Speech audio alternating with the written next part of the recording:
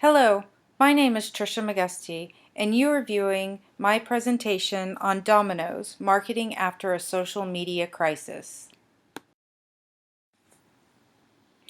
The pizza was first introduced to the United States in the early 1900s when Italian immigrants settled in the Chicago and New York areas.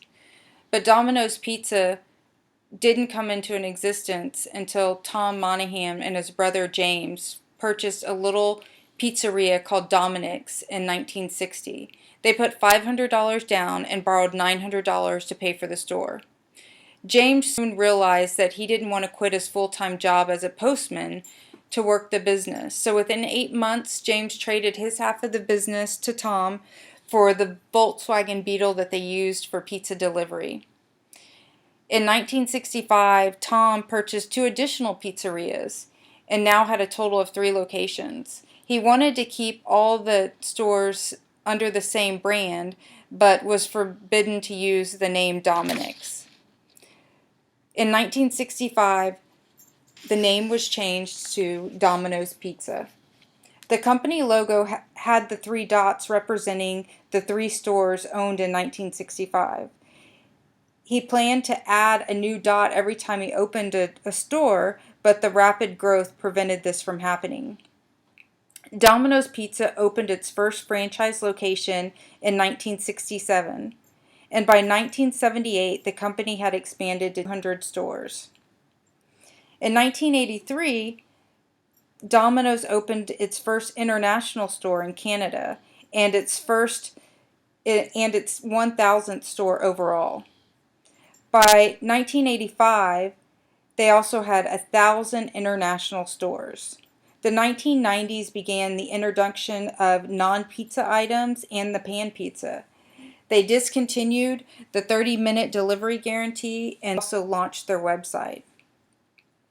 In 1998, after 38 years of ownership, the founder of Domino's, Tom Monahan, announced his retirement and sold 93% of the company to Bain Capital for $1 billion. The 2000 era began online mobile ordering and a lot of social media access. And this is where the social media crisis happens that you will see in the next slide, and which prompted the turnaround for Domino's and their new marketing strategy.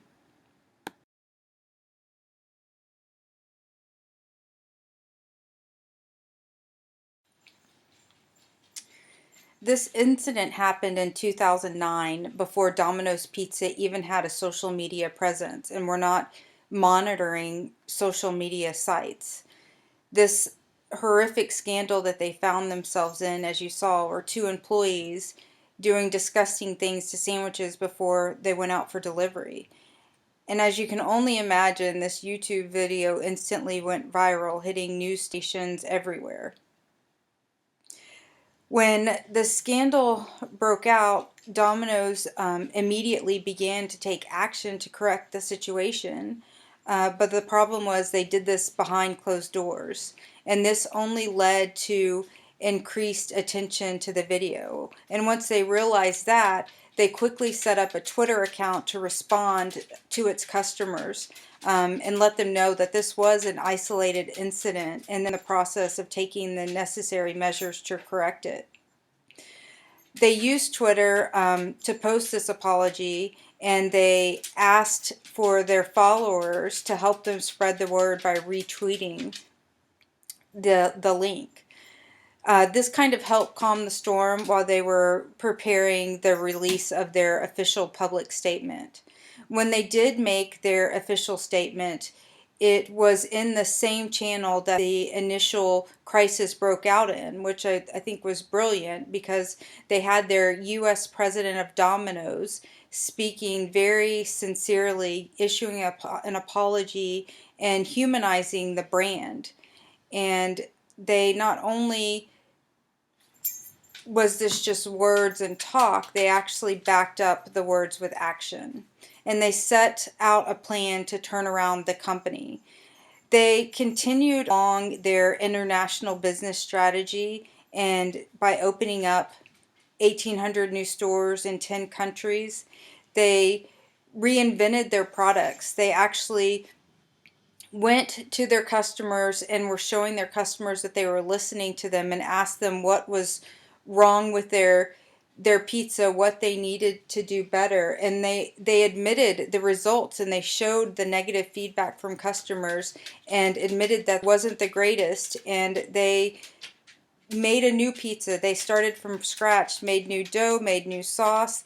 They did brand reimaging. They changed their name from just from Domino's Pizza to Domino's, to better reflect the change in their industry, where they no longer just supplied pizza. They had other items on their menu, and they had a new image of transparency, and they valued technology, and they understood how important technology was to their brand, and the importance of communicating all of this information to their customers. As you can see from this slide, it made sense for Domino's to change their name from Domino's Pizza to just Domino's. They offer a variety of food items outside of just pizza. Pizza is still their number one product that they're known for, as they have 4 different sizes, 5 different crusts, 9 different sauces and toppings that are meat, and 18 non-meat toppings. You can make, there are 34 million different ways you can create a Domino's pizza. And they wanted to be known for their fresh quality ingredients. And they offered products that were both vegetarian and non-vegetarian. And because they had an international presence, they listened to their customers and seized on the market, and worked on unique, localized flavors. So they not only offered just pizza, they had calzones and garlic bread and garlic sticks and tacos and pasta and chicken wings and lava cakes, and you name it, they had it. And they kept expanding, and they are still working on improving their food choices and items. Price is very important to the Domino's marketing mix. Domino's main target is the lower middle class and middle class income group. The best quality with responsible pricing is Domino's motto. Domino's has come up with a uniform, consistent pricing policy, and it keeps this base price in check, where a lot of food items can be purchased for $5.99.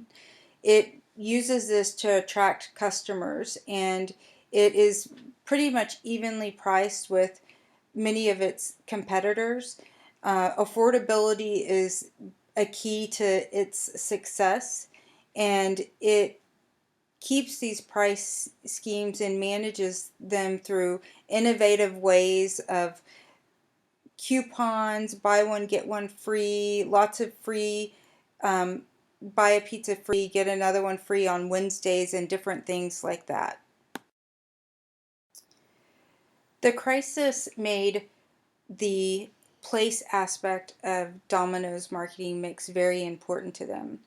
Domino's Pizza felt that it was maintaining a direct channel of communication with its customer base was very important.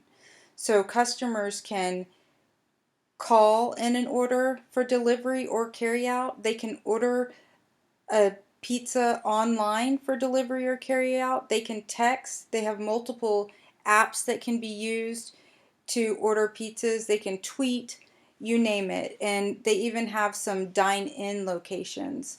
And Domino's is currently located in 73 countries with over 10,000 stores. Domino's has probably perfected the idea of promotion.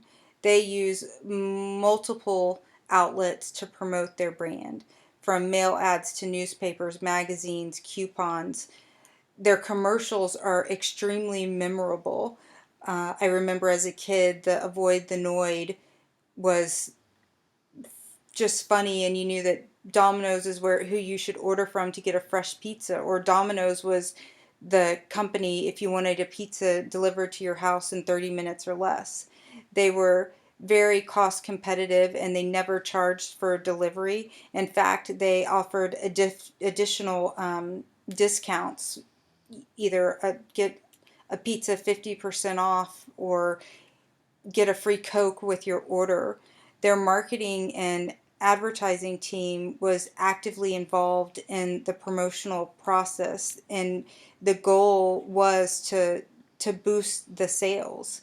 Um, Domino's ads are always targeted to be product introductions or brand reminders that actually make the people look at the ad and want to order a Domino's pizza. After the the crisis that happened, Domino's also reformulated its required franchisee contributions to the National Marketing Fund. This was so that they could standardize the marketing efforts and make the Domino's brand more uniform. So each company was required to contribute 5.5% of their royalties to the national ads.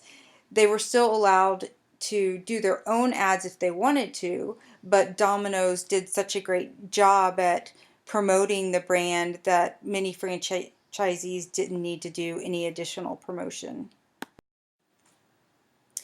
If you were to summarize Domino's marketing strategy after this crisis, you could say that they were focused on their digital marketing technologies and social media strategy by driving sales traffic digitally, basically. You could also say that they wanted to maintain consistency, and this is basically by consistent menu pricing strategy. And they also focused on continued improvement and product upgrades and focusing on their efforts to bring the consumer exactly what they wanted. When we look at the restaurant segmentation and how that happens, the restaurants can fall into several different industry classifications based upon menu style, how the food is prepared, what the pricing is, and how the food is served, whether it's fast food, sit down, takeout, carry out. Domino's is further classified as a fast food or quick service restaurant. And many of the typical quick service restaurants are either hamburger joints or pizza parlors, sandwich shops, chicken restaurants, and Mexican food kind of round up the top different types of food you can buy in this segment. When many of the major companies that fall into this category outside of Domino's would be like a Chipotle or a McDonald's or a Wendy's, um, Pizza Hut, Taco Bell. All of these are considered quick service foods. And many of the demand for this type of meal is basically driven by customer taste and personal income. The profitability of these different companies really depends on how efficient their operation is and how effective their marketing is. This is why Domino's is so successful, because they've been able to build consistency in their operations, and they have very effective marketing. And they're a large company, which also produces an advantage in both purchasing, finance, and marketing over smaller companies. As we further break down the pizza industry, you can see that it can be further segmented into sit-down dining, delivery, carry-out, frozen pizzas where you actually take them home and bake them yourselves. The sit-down restaurants were previously kind of a place where customers had a traditional like pizzeria feel, but at a more reasonably priced than a regular sit-down restaurant. Many of those types of sit-down establishments are individually owned, but Domino's does have a franchise that you can come in and sit down and eat a pizza at an actual Domino's restaurant. There approximately 45% of customers' orders are carry out, making that the most popular way to eat a Domino's pizza. It's convenient, it's easy, delivery's free. You don't have to get up and leave your home. Another competition or this frozen pizza segment is pretty easy to do too. When you're at your local grocery store, you could just pick up a pizza and pop it in the oven, and you don't have to leave your home either. So you can see there's different ways that the pizza industry segments itself. This slide shows some of Domino's biggest competitors. You can see that in the US, Domino's is ranked second behind pizza, and Little Caesars is ranked just behind Domino's. Although this ranking is here in the United States, when we look at the international market or nationally, the Domino's brand is actually larger than Pizza Hut and has a bigger global presence. When we look at the pizza restaurant industry, it has definitely entered into the mature stage of its life cycle. Many cities have reached their limit of pizza restaurants that the population can support, and it makes it harder for new stores to open and get into the pizza business. It also means that each store itself will have to sell more pizzas if new stores aren't opening, and this is basically going to be the key driver to revenue. Even with this, the thought of this, it's baffling that the pizza sales in the United States are still rising year over year, and they are reaching 38.5 billion dollars in 2014. The sales figures are up over prior year, and even though the total store count in the US has jumped 2% over last year, most of this increase has come from independent operators, and the total number of stores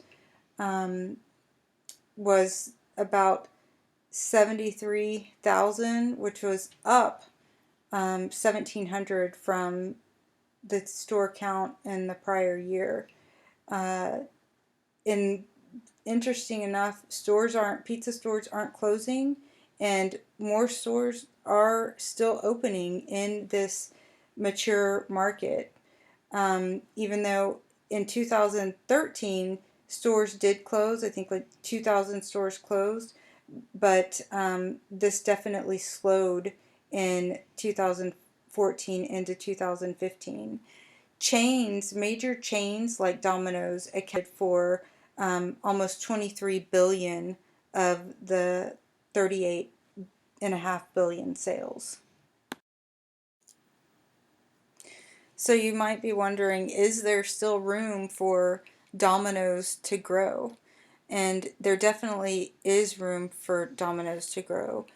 If you just look at the quick service market, Domino's only has a 13% share, and the consumers are spending around $34 billion in quick service pizza restaurants each year in the United States. And takeout pizza constitutes the biggest share, which is at nearly $15 billion. Then delivery is around $10 billion. This is kind kind of surprising when you think about it, because 20% of Americans eat takeout or delivery meals at least once a week. Older generations don't aren't as dependent on these services, but around 40% of the 18 to 54-year-olds eat takeout food, and they feel it's essential to their life. So I think there's definitely opportunity for Domino's to target this 18 to 54-year-old market to increase their sales. Even though Domino's is one of the leading leaders in this industry, they're still not necessarily the favorite pizza. There's other pizzas that rank above them when consumer surveys are done. Pizza places like Papa Murphy's or Pizza Ranch, and some of these you may not have even heard of, but these are the findings of some of the Nielsen studies. Um, Nearly 77 million Americans have visited pizza restaurants in the past month. So there's definitely room for Domino's to grow, and they may also consider other alternatives as joining the frozen food market. But I think that that's still a ways away, as from this slide you can see there's a lot of opportunity left for them. When we look at a SWOT analysis of Domino's Pizza, they're, they have many strengths, and we've discussed a lot of these strengths. They have this iconic brand that they've been able to build brand recall through its regular advertising. They have a fantastic network of franchises. They offer really quick service, which and lots of items. They have a low cost. They've started offering healthier menu items, and they have this really efficient supply chain.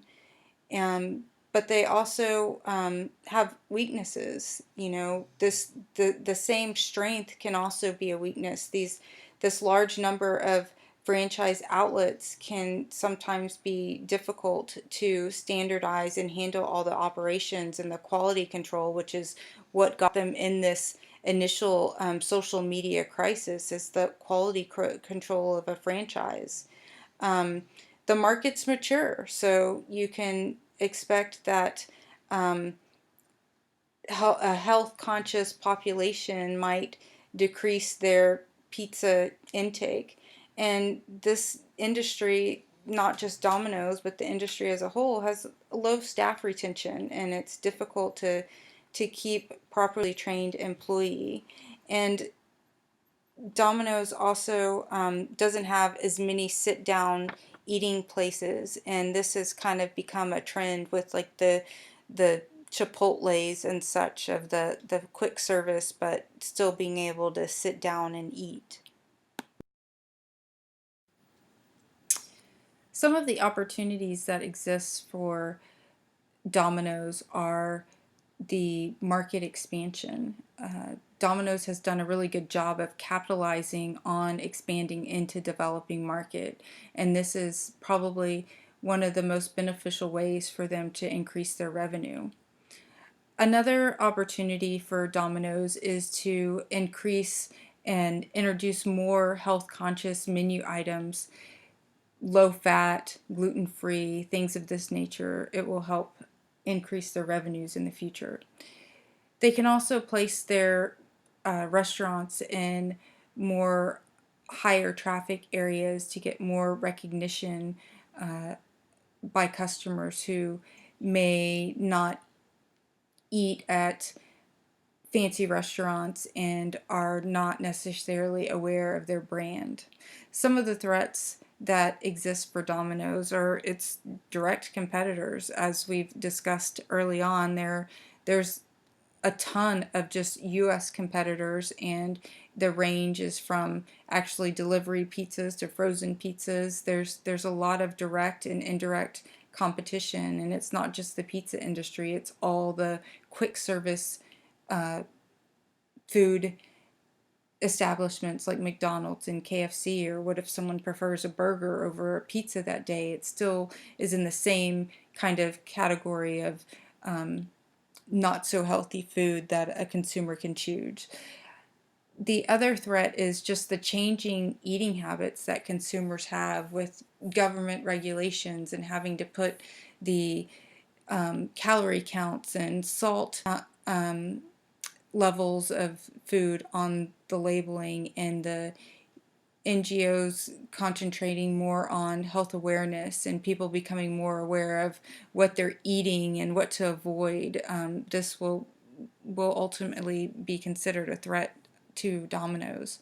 And cost is always going to be a threat, because as cost of food materials go up, this will be difficult for Domino's to keep their consistent pricing model that they've been so proud of, and it will also make it more difficult to offer some of the promotional offerings that they have. This is how Domino's sits today with 12,100 stores, and 50% of their sales come from the international market. You can see that they have definitely been able to overcome the social media crisis, and they are also capitalizing on the opportunities that exist in the international market, where the pizza industry has not yet reached the mature life cycle as it has here in the US. As you can see from this slide, Domino's isn't just a storefront to buy pizza. They also have 16 different dough manufacturing and food distribution centers. They have their own equipment supply facility and process their own vegetables. This helps them maintain consistency and pass through pricing and profit sharing with their franchises. Domino's commitment does not stop at their food. They also have a social commitment to provide a better environment, community, a better workplace for their employees, and quality products and awareness of how the animals are treated that provide the ingredients used for their pizzas.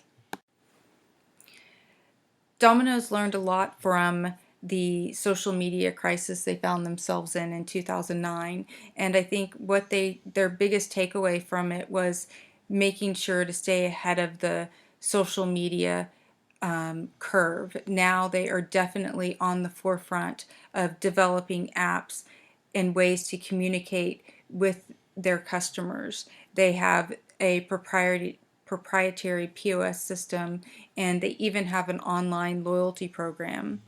The final slide that I will leave you with is one of their newest commercials, which just further shows how they have progressed into the technology with their marketing.